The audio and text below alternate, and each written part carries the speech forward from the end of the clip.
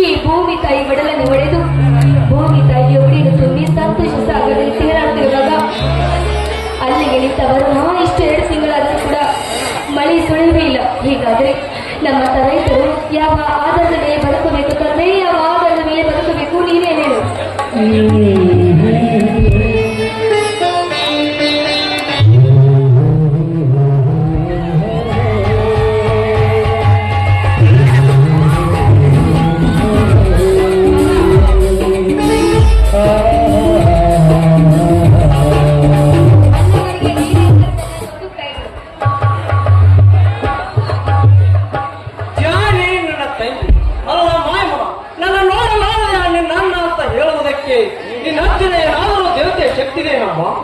ದೇವತೆ ಶಕ್ತಿ ಅಲ್ಲ, ನಾನು ನೋಡಕ್ಕೆ ನನ್ನೆಲ್ಲ ಬಿಟ್ಟು ನನ್ನ ಜೊತೆ ಯಾರು ತಮಾಷೆ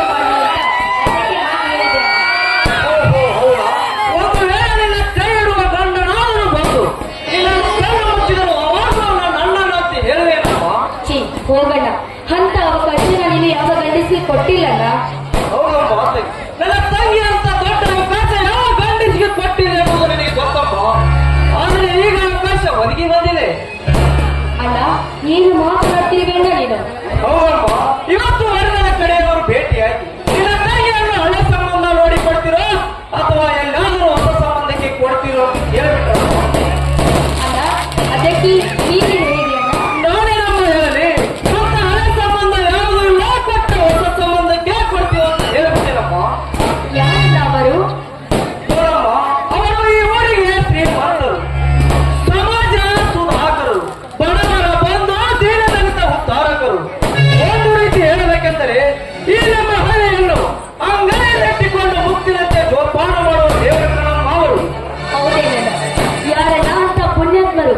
ಏನಮ್ಮ ನೀನು ಇಷ್ಟು ಹೇಳಿದ ಮೇಲೆ ಗೊತ್ತಾಗಲಿಲ್ಲವೇ? ಅವರಕ್ಕೆ ನಮ್ಮ ಮೂರು ಸಲಹೆಯ ತಮ್ಮ ಮೃತ್ಯುಂಜಯ. ಏನು ಮೃತ್ಯುಂಜಯನ? ಅವನಮ್ಮ, ನೀನು ಅವರಿಗೆ ತುಂಬಾ ಇಚ್ಛಿಬಿಟ್ಟಿದೆಯಂತೆ. ಅದಕ್ಕೆ ನಿನ್ನ ತಂಗಿಯನ್ನು ವರದಕ್ಷಿಣೆ ವರೋಪಚಾರವಿಲ್ಲದೆ ಮದುವೆ ಮಾಡಿಕೊಳ್ಳುತ್ತೇನಂತೆ ಒಪ್ಪಿಬಿಟ್ಟಮ್ಮ. ಇದಕ್ಕೆ ನಿನ್ನ ಒಪ್ಪಿಗೆನೇನಮ್ಮ? ಅಣ್ಣ ನೋಡಣ್ಣ, ನಿನ್ನ ಮಾತಿಗೆ ಯಾವತ್ತೂ ನಿನ್ನ ತಂಗಿ ಇಲ್ಲ ಅಂತ ಹೇಳ, ಆದ್ರೆ ನನ್ನನ್ನು ಈ ಮಾತಿಗೆ ಕ್ಷಮಿಸಿ ಬಿಡಣ್ಣ, ನನಗೆ ಇಷ್ಟ ಇಲ್ಲ. ಏನು ಹೇಳ್ತೀಯಮ್ಮ ನೀನು? ಹೌದಣ್ಣ, ಆ ಮೃತ್ಯುಂಜಯನ ಮದುವೆ ಆಗಲು ನನಗೆ ಒಪ್ಪಿಗೆ ಇಲ್ಲ. ಅವನ ಮಹಾಮರ ಪಿಚಾಚಿ ಇಷ್ಟು ಬೇಡ ಹೆಣ್ಣು ಮಕ್ಕಳ ಜೀವನ ಹಾಳು ಮಾಡಿ ಕಣ್ಣೀರಲ್ಲಿ ಕೈ ತೊಳೆಯಲು ಹಚ್ಚಿದನೇ ಆ ಪಾಪಿ. ನಿನ್ನ ತಂಗಿ ಕೂಡ ಹಾಗೆ ಆಗ್ಬೇಕಂದರೆ ಅವರಿಗೆ ಕೊಟ್ಟು ಮದುವೆ ಮಾಡಿ ನಿನ್ನ ತಂಗಿ ಬಹಳ ಹಾಳು ಮಾಡ್ತೇನಲ್ಲ.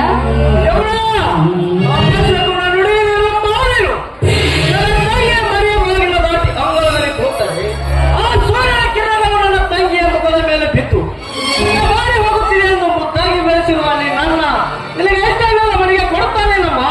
ಇಲ್ಲಮ್ಮ, ಈಗಲೇ ಹೋಗಿ ಈ ಸಂಬಂಧ ನನಗೆ ಇಷ್ಟ ಇಲ್ಲ ಅಂತ ಹೇಳಿ ಬರ್ತೇನಮ್ಮ.